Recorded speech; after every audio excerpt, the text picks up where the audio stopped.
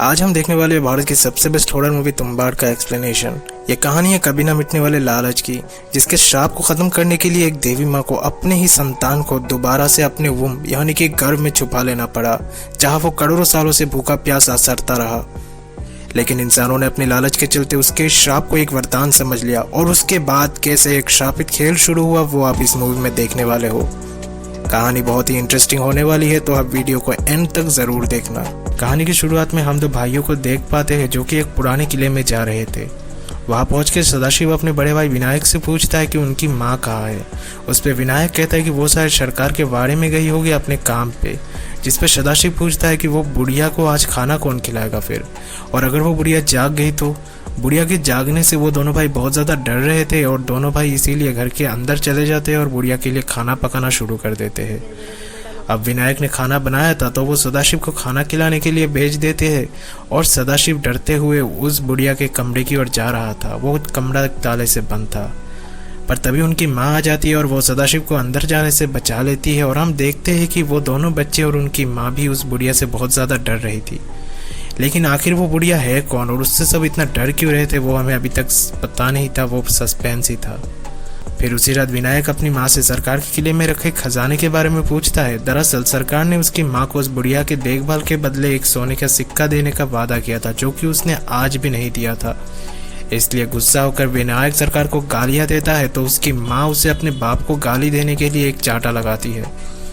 पर विनायक की माँ तो एक विडो थी, तो फिर सरकार उसका बाप कैसे हो सकता है जो कि अभी तक जिंदा है।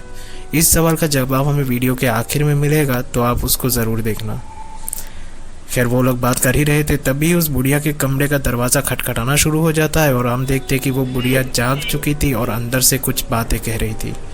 यह देखकर माँ बेटे का चेहरा एकदम सुन पड़ गया था, जैसे कि कोई भूत देख लिया हो, और वो दोनों बहुत ज़्यादा डर गए थे।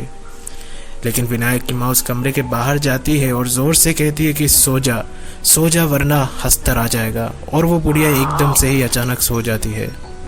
अगले दिन सरकार जिसके पास विनायक की माँ काम करती थी उसकी मौत हो जाती है। उसके मरने के बाद इस फैमिली के इनकम का कोई सोर्स नहीं था, इसलिए माँ डिसाइड करती है कि वो लोग आज रात को ही सरतारा होते हुए पुणे के लिए निकल जाएंगे। पर विनायक अपनी माँ के साथ जाना नहीं चाहता था, उसको वहीं रहकर सरकार के बारे में रखा खजाना ढूंढना था। लेकिन बदकिस्मती से उसी दिन जब विनायक और सदाशिव दोनों बाहर बैठ के बातें कर रहे थे, तभी एक पैर की टहनी टूटने से सदाशिव नीचे गिर जाता है और उसकी सर जमीन पे एक पत्थर से टकरा के फट जाती है। तो उसकी माँ को जल्दी से उसको लेके वैद्य के पास जाना पड़ता है, जो कि एक अलग गाँव में था। और इसी के साथ विनायक आज रात अकेले ही उस बुढ़िया के साथ फंस गया था। अब उस बुढ़िया को खाना खिलाने की जिम्मेदारी भी विनायक पे आ गई थी, और वो इसलिए रात को ही खाना पका रहा था। पर खाना बनने से पहले ही वो बुढ़िया जाग जाती है और वो चिल्लाने लगती है। तो विनायक उसके कमरे के पास जाता है, पर वो चीखें सुन के डर जाता है, और वापस जैसे ही आने को होता है तभी वो बुढ़िया अंदर से खजाना कहती है। क्या उसे वो खजाना चाहिए? खजाने की बात सुन के विनायक उस दरवाजे को खोल देता है और बुढ़िया के रूम में चला जाता है। वहाँ हम देख पाते हैं कि एक काफ़ी बूढ़ी और डरावनी औरत थी, जिसके मुंह में किसी ने कील ठोक रखे थे। पर विनायक उससे बिना डरे पूछ रहा था कि खजाना कहाँ है दादी, क्या वो उस बाड़े में है? तो वो बुढ़िया दबी आवाज़ में कहती है कि पहले खाना खिला, उसके बाद सब बताऊंगी। तो विनायक उसका घर का दरवाज़ा खुला रख के ही खाना लाने चला जाता है, पर उसके पीछे पीछे वो बुढ़िया भी वहाँ आ जाती है और उसे पकड़ के घसीटते हुए अपने साथ अपने कमरे में ले जा रही थी। विनायक जोर से चिल्ला रहा था कि सो जा दादी, पर वो ये कहना भूल गया था कि वरना हस्तर आ जाएगा। बुढ़िया उसे लेके अपने कमरे में चली गई थी, और वो अपने मुंह में गड़ा कील निकाल के उससे जिंदा ही चबा जाने वाली थी। तभी विनायक हस्तर का नाम जोर से चिल्लाता है, तो वो बुढ़िया नीचे गिर जाती है। फिर वो कहता है कि सो जा वरना हस्तर आ जाएगा, और हम देखते फिर से एक बार वो बुढ़िया अचानक ही सो गई थी एकदम से। उसी वक्त उसकी माँ भी आ जाती है, पर उसके साथ विनायक का भाई सदाशिव नहीं था। दरअसल सदाशिव की ज़्यादा ब्लीडिंग की वजह से रास्ते में ही मौत हो गई थी, और अगले दिन सुबह वो सदाशिव का क्रियाक्रम करके विनायक और उसकी माँ पुणे के लिए निकल जाते हैं। पर हम नाव पे भी देखते हैं कि विनायक उस खजाने को ढूंढने के लिए जिद पर अड़ा था, पर उसकी माँ उसे किसी तरीके से शांत करती है और उससे वादा लेती है कि वो कभी मुड़ के भी इस गाँव यानी कि तुम्बाड़ में खजाने के लिए नहीं आएगा। और इसी के साथ मूवी का पहला चैप्टर एंड हो जाता है। मूवी का सेकंड चैप्टर आज से 15 सालों बाद शुरू होता है, जब विनायक एक बार फिर से खजाने की तलाश में तुम्बाड़ लौटता है। वो पहले उस घर में जाता है जहाँ वो बुढ़िया कैद थी, लेकिन सोचने वाली बात थी कि क्या इतने सालों बाद भी वो बुढ़िया बिना खाने पानी के जिंदा रही होगी। विनायक जब बुढ़िया के कमरे में जाता है तो हम देख पाते हैं कि वो बुढ़िया का शरीर अब कंकाल बन चुका था, जिसको कि पैरों की जड़ों ने जकड़ रखा था, लेकिन उसका दिल आज भी उन जड़ों में धड़क रहा था, जिसका मतलब ये था कि वो आज भी जिंदा थी। विनायक उसे एक बार फिर से जगाता है और उससे वही खजाने के बारे में पूछता है, जिसपे कि बुढ़िया बताती है कि वो खजाना सरकार के वाड़े के सामने स्थित एक कुएं के नीचे है। पर बुढ़िया उसे ये कहकर इत्तला भी करती है कि जिस खजाने के पीछे उससे इस सदियों का श्राप भुगतना पड़ रहा है, विनायक भी उसके पीछे ना जाए, क्योंकि वहां जाना उसके हाथ में है, लेकिन उसके बाद वो उस दलदल में धंसता चला जाएगा। लेकिन विनायक उसकी बात को नहीं मानता। विनायक वाड़े में जाता है और महीनों की खोज के बाद आखिरकार उसे उस कुएं के नीचे वो खजाना मिल जाता है। और जब वो खजाना लेकर पुणे लौटता है, उससे पहले वो उस बुढ़िया को जलाकर उसे अपने श्राप से मुक्त कर देता है। पुणे लौट के विनायक राघव नाम के एक ब्राह्मण ब्याज व्यवसायी से मिलता है, जिस पे उससे इंटरेस्ट पे बहुत सारा कर्जा ले रखा था। पर आज उस खजाने का एक सिक्का बेचकर उसने अपना सारा मुद्दल और ब्याज चुका दिया था, और वैसे ही और 3 खजाने बेचकर वो अपने घर 400 रुपये लेकर जा रहा था। ये बात थी 1911 की, जबकि 400 रुपये आज के 40,000 के ही बराबर होंगे। लेकिन ये तो बस शुरुआत थी। वो अब हर हफ्ते तुम्बाड़ जाता और वहां से खजाना लेकर लौटता, और ऐसा करते करते हालत ये हो गई थी, अब विनायक का कर्जा उल्टा राघव के ऊपर ही चढ़ने लगा था। उधर राघव को ब्रिटिश सरकार से ओपियम ट्रेड के परमिशन के लिए एक मोटा रुपया देना था। अब पैसे जुटाने के लिए वो विनायक से अपने बिजनेस में शामिल कर लेने के लिए रिक्वेस्ट करता है। वैसे भी राघव को विनायक की दिन दुगनी और रात चौगनी तरक्की पे बहुत ज्यादा तिरछी नजर थी, और वो इस बात का पता लगाना चाहता था कि राघव ऐसा कौन सा कारोबार कर रहा था जिसमें पैसे के बजाय सोने के सिक्के मिल रहे थे। इस राज का पता लगाने के लिए राघव एक चाल चलता है। एक रोज वो विनायक के घर में एक लड़की को लेके आता है, ये बताकर कि वो लड़की सती होने वाली थी और उसको उसने 800 रुपये में खरीद लिया था। विनायक का भी उस पर 800 रुपये का ही कर्ज था, तो वो उस कर्ज के बदले उस लड़की को रख सकता है। अब विनायक हालांकि बीवी बच्चे वाला था, लेकिन वो अंदर से बहुत ज्यादा ठरकी था, तो वो उस लड़की को भी रख लेता है। दरअसल वो लड़की कोई सती नहीं बनने वाली थी, और ये बात आप उसके बालों को देखकर ही जान सकते हो, क्योंकि विधवाओं के बाल काट दिए जाते थे।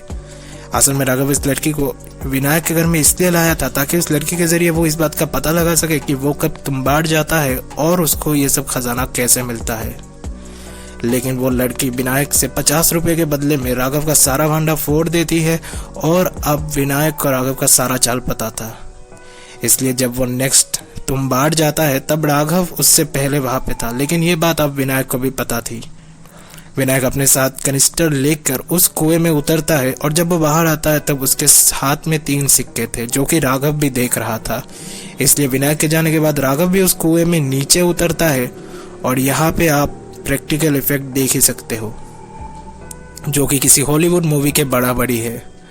दरअसल ये कुआं कोई आम कुआं नहीं, बल्कि किसी देवी का वोम यानी कि गर्भ था, इसलिए यहाँ पे सब कुछ रेड है, जैसे कि कोई इंसानी पेट के अंदर होता है। खैर, राघव अंदर उतरता है और वहां पे उससे कुछ खजाना तो नहीं मिलता, लेकिन वही कैनिस्टर मिलता है जिसे लेके विनायक अंदर गया था। जब वो उस कैनिस्टर को खोलता है, जिसमें कि एक आटे की गुड़िया थी, तो अचानक से हस्तर वहां पे प्रकट हो जाता है। हस्तर यानी उस देवी के गर्भ में जो देवता बसा था, वो भी वहां पे अपने लालच की वजह से एक श्राप को ही भुगत रहा था। खैर, वो देवता हस्तर अब राघव पे अटैक कर देता है, जिसके कुछ देर बाद विनायक फिर से एक बार देवी के गर्भ में उतरता है, और वो देखता है कि हस्तर ने राघव की हालत कुछ ऐसी कर दी थी। खैर, विनायक अपने चारों ओर आटे का एक घेराव बनाता है, और वो एक अपने साथ और कैनिस्टर लेकर आता है, जिसको कि वो खोलता है, जिसमें भी और एक आटे की गुड़िया थी। पर इस बार हस्तर उस पर अटैक नहीं कर सकता था। हस्तर बहुत ज्यादा मजबूत दिख रहा था, क्योंकि हस्तर को एक श्राप था जिससे कि वो किसी भी अनाज को नहीं छू सकता था, और इसलिए विनायक ने अपने चारों ओर आटे का घेराव बनाया था, जिसको कि हस्तर पार नहीं कर सकता था। हस्तर अनाज को तभी छू सकता था जबकि उसको किसी तरीके से बना के परोसा जाए, जैसे कि आटे को पानी से गूंदना, इसलिए वो आटे की पोतली देखकर ही अटैक करता था।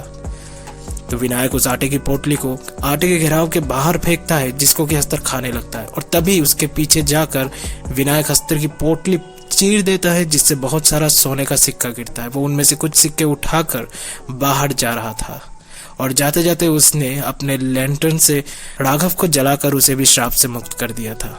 मूवी के तीसरे चैप्टर में अब हम हालत बदलते हुए देखते हैं, क्योंकि एक तरफ विनायक बूढ़ा होता जा रहा था जिसकी कि उसकी ताकत भी कम होती जा रही थी।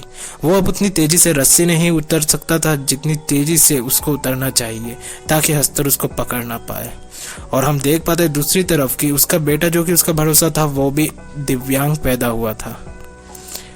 विनायक कैसे तो अपना गुजर बसर कर रहा था, लेकिन अब हालात और ज्यादा बदलने वाले थे, क्योंकि अब साल था 1947 और भारत देश अब आज़ाद हो चुका था, जिसके बाद तुम्बाड़ के उस किले को, सरकार के वारे को भारत सरकार ने अपने कब्जे में ले लिया था। और ये बात दो लोग विनायक को बताते हैं। इससे विनायक बहुत ज़्यादा चिंता में पड़ गया था, क्योंकि अब उसके खजाने का क्या होगा। तब उसका बेटा उसको एक आइडिया देता है, क्यों ना वो इस बार एक दो सिक्के नहीं बल्कि हस्तर की वो पोटली ही उठा ले जिसमें से वो लोग हर बार एक दो सिक्के उठाते हैं। विनायक कहता है कि लेकिन उनके पास वक्त ही कितना होता है, क्योंकि एक आटे की पूड़िया को तो वो बहुत तेजी से खा लेता है, जिसके बाद वो उस इंसान को भी पकड़ लेगा और उसके बाद जो वहां जाएगा उसको जिंदगी भर श्राप भुगतना पड़ेगा। तो उसका बेटा कहता है कि इस बार वो एक नहीं बल्कि बहुत सारे आटे की गुड़िया लेके जाएंगे, जिससे कि उनको काफी वक्त मिल जाएगा और वो उससे आटे की गुड़िया को खाते वक्त हस्तर से उसकी पोटली छीन लेंगे। विनायक को ये आइडिया पसंद आता है और बाप बेटा मिलकर एक आखिरी बार उस देवी के गर्भ में उतरने चले जाते हैं। लेकिन इस बार सब गड़बड़ होने वाला था, क्योंकि जैसे ही विनायक दो गुड़िया निकालता है वहां पे एक के बजाय दो हस्तर आ जाते हैं। और उधर उसके बेटे ने तो एक बैग भर के आटे की गुड़िया बाहर निकाल ली थी, जिससे कि और भी बहुत सारे हस्तर वहां पे प्रकट हो जाते हैं। जितनी ज्यादा गुड़िया उतने ज्यादा हस्तर। बाप बेटा दोनों अब बुरी तरीके से वहां पे फंस चुके थे और वो वहां ज्यादा देर रुक भी नहीं सकते थे। इसलिए विनायक एक आखिरी कोशिश करता है, वो सारे आटे की गुड़िया खुद के शरीर पे लपेट लेता है और रस्सी से बाहर जाने लगता है।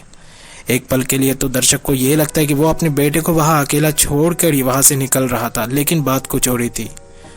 वो जैसे ही रस्सी के ऊपर जाता है, सारे हस्तर उसको पकड़ने के लिए उसके पीछे भागते हैं।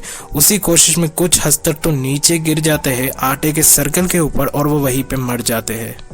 और बाकी बचे हस्तर बाहर जाने की कोशिश में उस कुएं के दरवाजे के बाहर बने आटे के घेराव से टकरा कर खत्म हो जाते हैं। और इसी तरीके से उसका बेटा सही सलामत बाहर आ जाता है।